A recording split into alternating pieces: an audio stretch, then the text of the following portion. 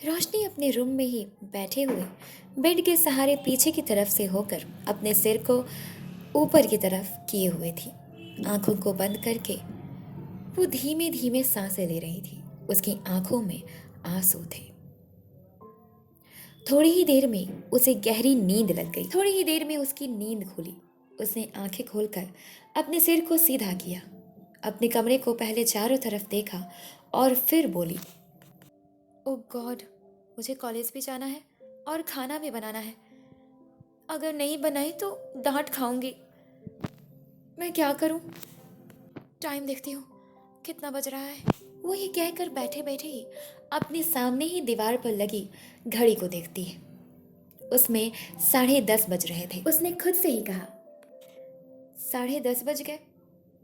अब मैं खाना बनाऊं या कॉलेज जाऊं? एक काम करती हूँ, तैयार हो जाती हूँ कॉलेज के लिए। शायद श्याम भैया और माँ ने सब कुछ संभाल लिया है, तभी तो किसी ने मुझे उठाया नहीं। रोशनी इतना कहकर अपने रूम को उसी हालत में छोड़कर जल्दी जल्दी तैयार होने के लिए अपने कपड़ों को कबर्ड से निकाल कर ले लेती है और बाथरूम में चली गई। वो जल्दी जल्दी बाथरूम से तैयार होकर बाहर आई। उसने नीले रंग की स्किनी जीन्स और सफ़ेद रंग की खूबसूरत सी टॉप पहन रखी थी। उसके लंबे बाल खुले थे। उसने ना ही कोई ज्वेलरीज पहन रखी थी और ना ही चेहरे पे कोई मेकअप था, ना हाथ में घड़ी और ना ही किसी प्रकार का कोई ब्रेसलेट। लेकिन फिर भी वो इतनी खूबसूरत लग रही थी कि उसे कोई भी देखे तो उस पर से नज़र ना हटा पाए, या यूं कहें कि एक ही बार में उससे प्यार हो जाए। उसकी खूबसूरती का कोई जवाब नहीं था। खैर, वो जल्दी से तैयार होकर बाहर आई। अपने बालों को कंघी करके उसे खुला ही छोड़ दिया उसने। कल रात रिया ने तो उसकी सारी नोट्स जला दी थी। ये दिमाग में याद करते हुए वो अपने स्टडी टेबल पर रखी बैग को पैक करना शुरू कर देती है। जितने भी बुक्स थे उसके साथ ही उसने बैग को अपने कंधे पर लटका लिया और फिर अपने कमरे के एक कोने में रखी हुई अपनी सैंडल को पहनकर कमरे से बाहर हॉल में गई। वो जब हॉल में गई तो उसने लिविंग रूम की तरफ देखा, जहां उसके पिताजी, उसका बड़ा भाई आदित्य, उसकी बहन दिव्या और रिया साथ में बैठे हुए थे। उसकी माँ किचन में श्याम के साथ खाना पका रही थी। वो सबसे पहले अपने घर के मंदिर में गई। चप्पल बाहर ही निकालकर वो अंदर जाकर अपनी श्री नारायण के चरणों को छूकर प्रणाम करती है और फिर बाहर आकर फिर से अपनी चप्पल को पहन लेती है और किचन में चली गई। वहाँ जाकर उसने देखा तो उसकी माँ सब्जियाँ काट रही थी और श्याम नल के पास जूठे प्लेट्स धो रहा था। फिर वो लिविंग रूम में अपने पिताजी के पैरों को छूने चली गई। उसने जैसे ही अपने पिताजी के पैरों को छूने के लिए नीचे झुकी, वैसे ही उसके पिताजी उसे नज़रअंदाज करके वहाँ से उठकर दूसरे सोफे पर जाकर बैठ गए और फिर से अपने लैपटॉप में काम करने लगे। आदित्य, दिव्या और रिया तीनों ने उसे देखा। रोशनी के मन में अपने पिताजी के लिए कोई शिकायत नहीं थी, क्योंकि ये बात उसके लिए नई नहीं थी, ये उनका रोज का था। फिर वो आगे बढ़कर आदित्य के पैरों को छूने के लिए नीचे झुकी। आदित्य अपने मोबाइल में कुछ कर रहा था। उसने उसके पैर को छूकर आशीर्वाद लिया और बोली खड़ी होकर, भैया, मैं कॉलेज जा रही हूँ। आदित्य ने उसे कुछ आशीर्वाद नहीं दिया। वो मोबाइल में ही देखते हुए बोला, हाँ तो तुम ये रोज़ रोज़ मुझे क्यों बताते हो? मैं जानता हूँ कि मेरे पैर छूने के बाद ही तुम कॉलेज जाती हो। जाओ। रोशनी ने जब दिव्या के पैरों को छूकर प्रणाम किया और खड़ी हुई तो दिव्या बोली, ठीक है ठीक है, सिर्फ फालतू काम ही नहीं करते रहना चाहिए, कभी पढ़ाई भी कर लेना चाहिए। अब जाओ। रोशनी रिया के पास जाकर उसके पैरों को छूकर जब खड़ी हुई तो रिया अपनी जगह से खड़ी होकर उसके बाजू को अपने दाहिने हाथ से जोर से पकड़कर बोली, इतना सच संवर कर तुम कॉलेज जाओगी? हाँ? रोशनी दर्द से चीखी और बोली, दीदी, हाथ दर्द कर रहा है मेरा। आदित्य और उसके पापा ने उसे देखा। जब आदित्य ने रिया को देखा तो रिया ने जल्दी से उसके हाथ को छोड़ दिया और उसे देखकर खुद के बचाव में बोली, भैया, मैं इसे बोल रही थी कि ये अपने बालों को बांध ले। अगर ये इस तरह बाल खोल के जाएगी तो लड़के इसे परेशान नहीं करेंगे तो और क्या करेंगे? आदित्य रिया को देखकर बोला, तो तुम्हें उससे प्रॉब्लम क्या है? लड़के उसे परेशान करते हैं ना, तुम्हें नहीं ना। तुम चुपचाप कॉलेज जाओ। रोशनी, जाओ तुम। आदित्य को जो चीज़ गलत लगता था उसे वो सबके सामने बोल दिया करता था। बस वो ये जानता था कि रोशनी उसकी बहन नहीं है, उसके माँ के पेट से उसने जन्म नहीं लिया। बस इसी वजह से वो रोशनी को उतना प्यार नहीं करता था जितना वो दिव्या और रिया को करता था, मगर वो उससे नफरत भी नहीं करता था। आदित्य इस बात से पूरी तरीके से अनजान था कि रोशनी पूरे घर में अपने श्री नारायण और माँ के बाद जिसे प्यार करती है सबसे ज्यादा, वो खुद आदित्य ही है। जब आदित्य ने ऐसा कहा तो रिया मुंह बनाते हुए वापस से अपने सोफे पर बैठ गई और अपने मोबाइल को उठाकर उसमें लग गई। रोशनी पीछे मुड़कर आदित्य को देखती है और फिर हल्का सा मुस्कुराती है। उसे बहुत अच्छा लगता है जब आदित्य उसके लिए बोला। फिर वो दूसरी तरफ मुड़कर वहां से जाने लगी। उसने अपनी बैग को एक कंधे में ही टांगा हुआ था। अभी वो 2 कदम आगे बढ़ी ही थी, तभी आदित्य रोकते हुए बोला, रोशनी रुको। रोशनी आदित्य की तरफ मुड़कर उसे देखते हुए खड़ी हो गई। रिया और उसके पिताजी अपनी नज़रों को उठाकर उन दोनों को देखने लगे। आदित्य अपने मोबाइल को सोफे पर बगल में रखकर खड़ा हो गया और अपनी पॉकेट से कुछ पैसे निकाल कर उसकी तरफ बढ़ाते हुए बोला, ये लो कुछ पैसे रख लो। रोज़ अब ऑटो से जाना और कॉलेज जाने से पहले मुझसे पैसे मांग लेना, ठीक है? पैदल मत जाना। मेरे दोस्त बोल रहे थे कि तुम पैदल जाती हो तो लड़के तुम्हें परेशान करते हैं। रोशनी उस पैसे को देखती है और फिर आदित्य को देखने लगी। वो उस पैसे को लेने में हिचकिचा रही थी। आदित्य अभी भी अपने हाथ में ही उस पैसे को लिए हुए उसे देख रहा था। वो बोला, हिचकिचाहट किस बात की है? लो। उसने पहले रिया को देखा और फिर अपने पापा को देखती है और फिर आदित्य को देखकर उस पैसे को ले लेती है।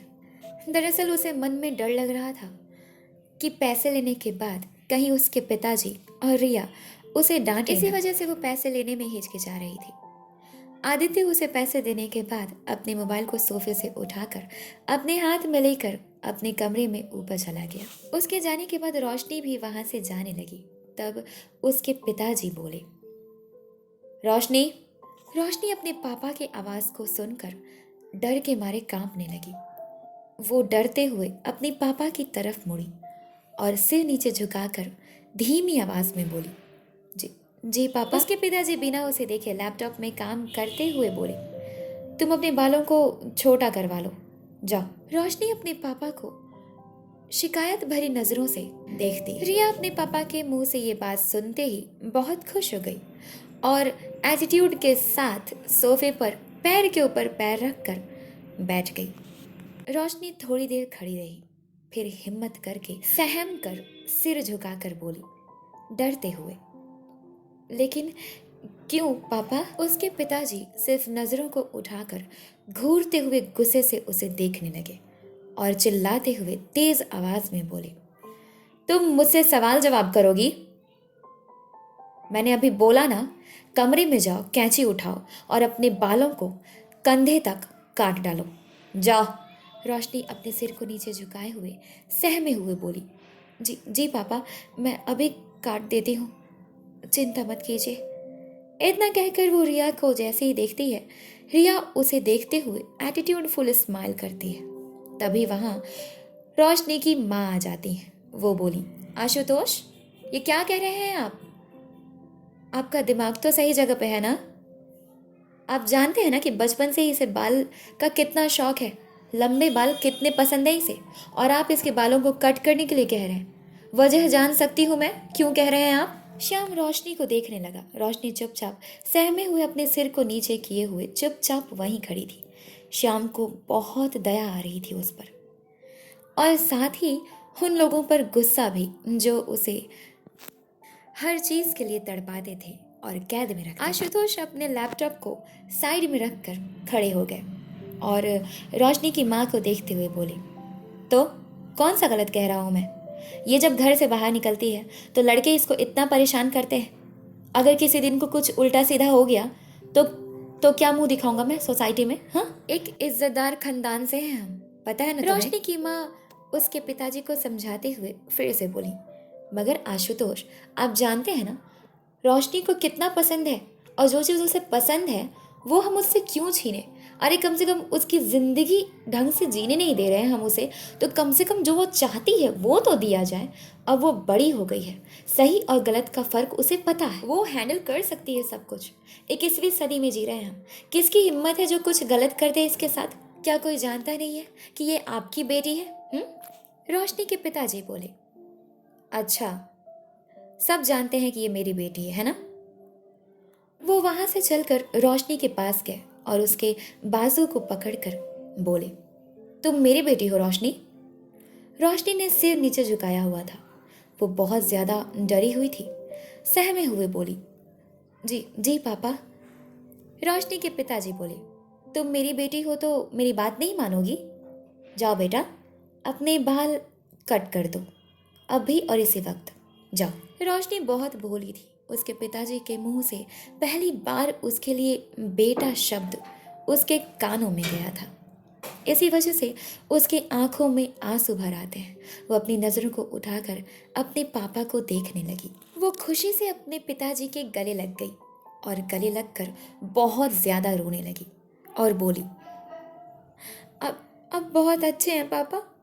मुझे ना हमेशा बेटा कह के ही बुलाइएगा।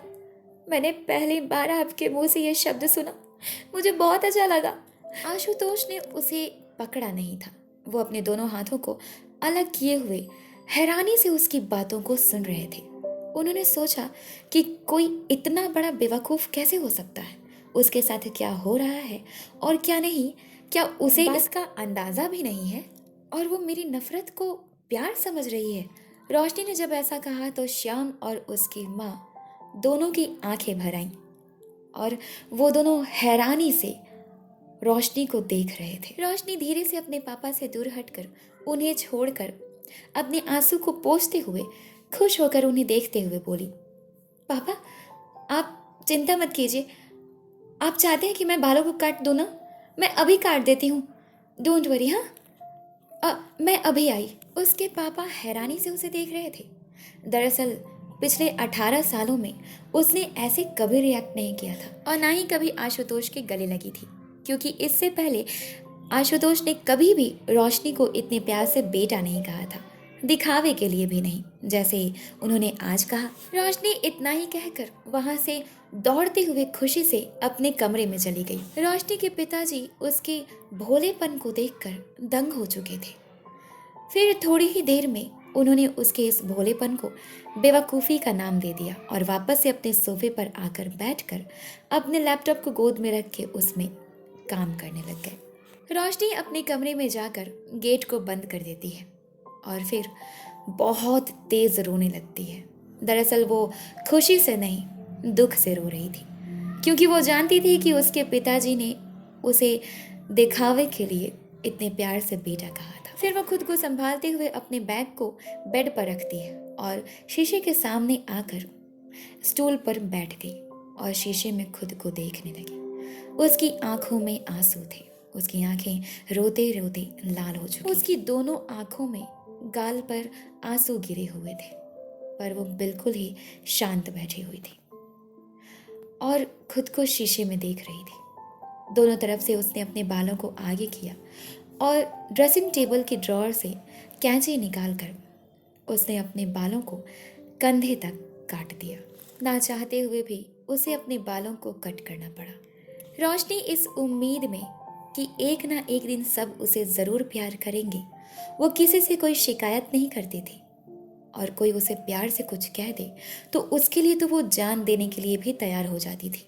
तो फिर बाल तो कोई बड़ी बात नहीं थी। वो अपने कटे हुए बालों को वहीं छोड़कर अपने बैग को अपने कंधे में टांग कर वहां से नीचे आ गई। वो अपने पिताजी के सामने आकर कुछ दूरी पर खड़ी हो गई और उन्हें बोली, पापा मैंने बाल काट दिया। उसके पिताजी और रिया दोनों ही एक साथ देखे। ठीक है, अब जाओ, कॉलेज जा सकती हो। इतना कहकर वो वापस से अपने काम में लग गई। उसकी माँ किचन में जा चुकी थी। श्याम चाय लेकर जैसे ही किचन से बाहर निकला, उसकी नज़र रोशनी पर पड़ी। वो नज़दीक आकर बोला, रोशनी आप तो बहुत प्यारी लग रही हो। लॉन्ग हेयर में आप खूबसूरत लगती हो। लेकिन छोटे बालों में छोटे बच्चे की तरह प्यारी लग रही हो। कसम से झूठ नहीं बोल रहा मैं। श्याम ने जब ऐसा कहा तो उसके पिता घूर कर श्याम को देखने लगे। श्याम बिल्कुल भी नहीं डरा। फिर भी वो वहां से हटकर आशुतोष के सामने टेबल पर उनकी चाय की कप को रख दिया और ट्रे लेकर किचन में वापस श्याम की बात पे रिया चिढ़ गई और अपनी बैग को, जो कि उसने अपने बगल में ही सोफे पर रख रखा था, उसको अपने कंधे में टांग कर कार की चाबी लेकर वहां से कॉलेज चली गई। दरअसल रिया सबसे पहले ही तैयारी करके बैठी हुई थी कॉलेज जाने के लिए। वो बस अपने फ्रेंड्स को अपने साथ ले जाने के लिए कॉल कर रही थी। रिया को कॉलेज पहुंचने में 5 मिनट लगता था क्योंकि वो कार से जाती थी, लेकिन रोशनी को 40 मिनट, क्योंकि वो रोज पैदल जाती थी। पर आज आदित्य ने उसे कुछ पैसे दिए थे जिससे कि वो ऑटो ले सकती थी। रोशनी वहां से चलकर श्याम के पास गई किचन में, जो कि रोशनी की माँ के बगल में खड़ा था। वो रोशनी की माँ से थोड़ा लंबा था। उसने सर्वेंट वाले कपड़े पहन रखे थे। उसने रोशनी को नहीं देखा। रोशनी वहां जाकर उसके पैर को छूती है। उसे जब एहसास हुआ तो वो झट से रोशनी की तरफ मुड़ा और उसे उसके दोनों कंधे को अपने हाथ से पकड़कर उसे खड़ा कराया। उसे ऐसा करते हुए उसकी माँ ने भी देखा। वो बड़ी हैरानी से रोशनी को देख रही थी। फिर रोशनी अपनी माँ को देखते हुए बोली, माँ, मैंने आपको बताया नहीं, टाइम ही नहीं मिला इसलिए। ये मेरे भैया हैं, बड़े भैया। मेरे अब दो बड़े भैया हैं, एक श्याम भैया और एक आदित्य भैया। श्याम भैया, मुझे आशीर्वाद दीजिए कि मैं इस बार जो एग्ज़ाम है ना, उसमें टॉप आऊँ। श्याम खुश होकर मुस्कुराते हुए उसे देखकर उसके सिर पर हाथ फेरते हुए बोला, महादेव हमेशा तुम्हारे साथ रहें। जाओ, ये मेरा आशीर्वाद है तुम्हारे लिए। रोशनी उन्हें देखकर मुस्कुराती है और बोली, माँ, भैया, अब मैं कॉलेज जा रही हूँ। आप लोग अपना ख्याल रखिएगा। रोशनी कॉलेज जाने के लिए घर से निकल गई। कॉलेज में 1:30 बज गए। कुछ स्टूडेंट्स कैंटीन में बैठकर लंच कर रहे थे। रोशनी ने ना सुबह में नाश्ता किया था और ना ही लंच। इसी वजह से वो चुपचाप अपनी बैग को टेबल पर रखकर एक चेयर पर अपने क्यूहनी को रखकर चुपचाप बैठी हुई थी। तभी वहाँ 6 लड़के आते हैं। उनमें से एक लड़के का नाम गौरव था। रोशनी के पिताजी एक बहुत ही बड़े और जाने माने बिजनेसमैन थे। गौरव के पिताजी भी एक बहुत बड़े बिजनेसमैन थे। उनकी पार्टनरशिप रोशनी के पिताजी के साथ ही थी, इसलिए गौरव रोशनी के पीछे शादी करने के लिए पड़ा हुआ था। पूरी तरीके से हाथ पैर धोकर उसने एक नहीं कई बार रोशनी को पूरे कॉलेज के सामने प्रपोज किया था, लेकिन रोशनी हाथ जोड़कर प्यार से हमेशा ही उसे मना कर दिया करती थी। रोशनी इतनी भोली और संस्कारी थी कि गौरव उसके साथ कुछ बुरा करने का सोच भी नहीं पाता था। उसे उसकी मासूमियत और भोलेपन पर दया आती थी, जबकि वो चाहता था कि उसके साथ कुछ गलत करे या उसे सबक सिखाए। रोशनी गौरव के आते हुए नहीं देख पाई। वो अपने बीते दिनों को याद करते हुए चुपचाप उसी ख्यालों में डूबी हुई थी। वो दूसरी तरफ देख रही थी। गौरव आकर उसके सामने बैठ गया। उसके 5 दोस्त उसके पीछे खड़े हो गए और रोशनी को देखने लगे। जब गौरव आकर सामने बैठा तो रोशनी ने नजरें उठाकर उसे देखा। उसे देखते ही वो समझ गई, क्योंकि गौरव उसे देखते हुए स्माइल कर रहा था, इसलिए वो अपने बैग को उठाकर वहां से जाने लगी। लेकिन फिर गौरव उसके रास्ते में सामने आकर खड़ा हो गया।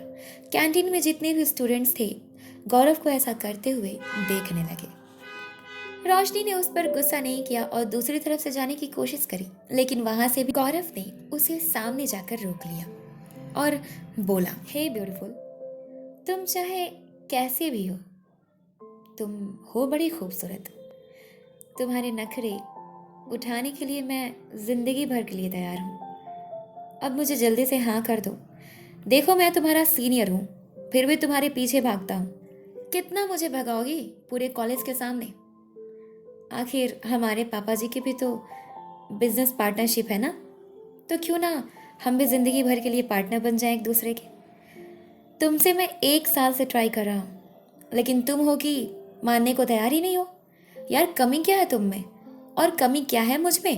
रोशनी उसे नजरें उठाकर देखती है और बोली, देखिए, मैं आपको कई बार मना कर चुकी हूँ, लेकिन फिर भी आप वही काम क्यों करते हैं बार बार?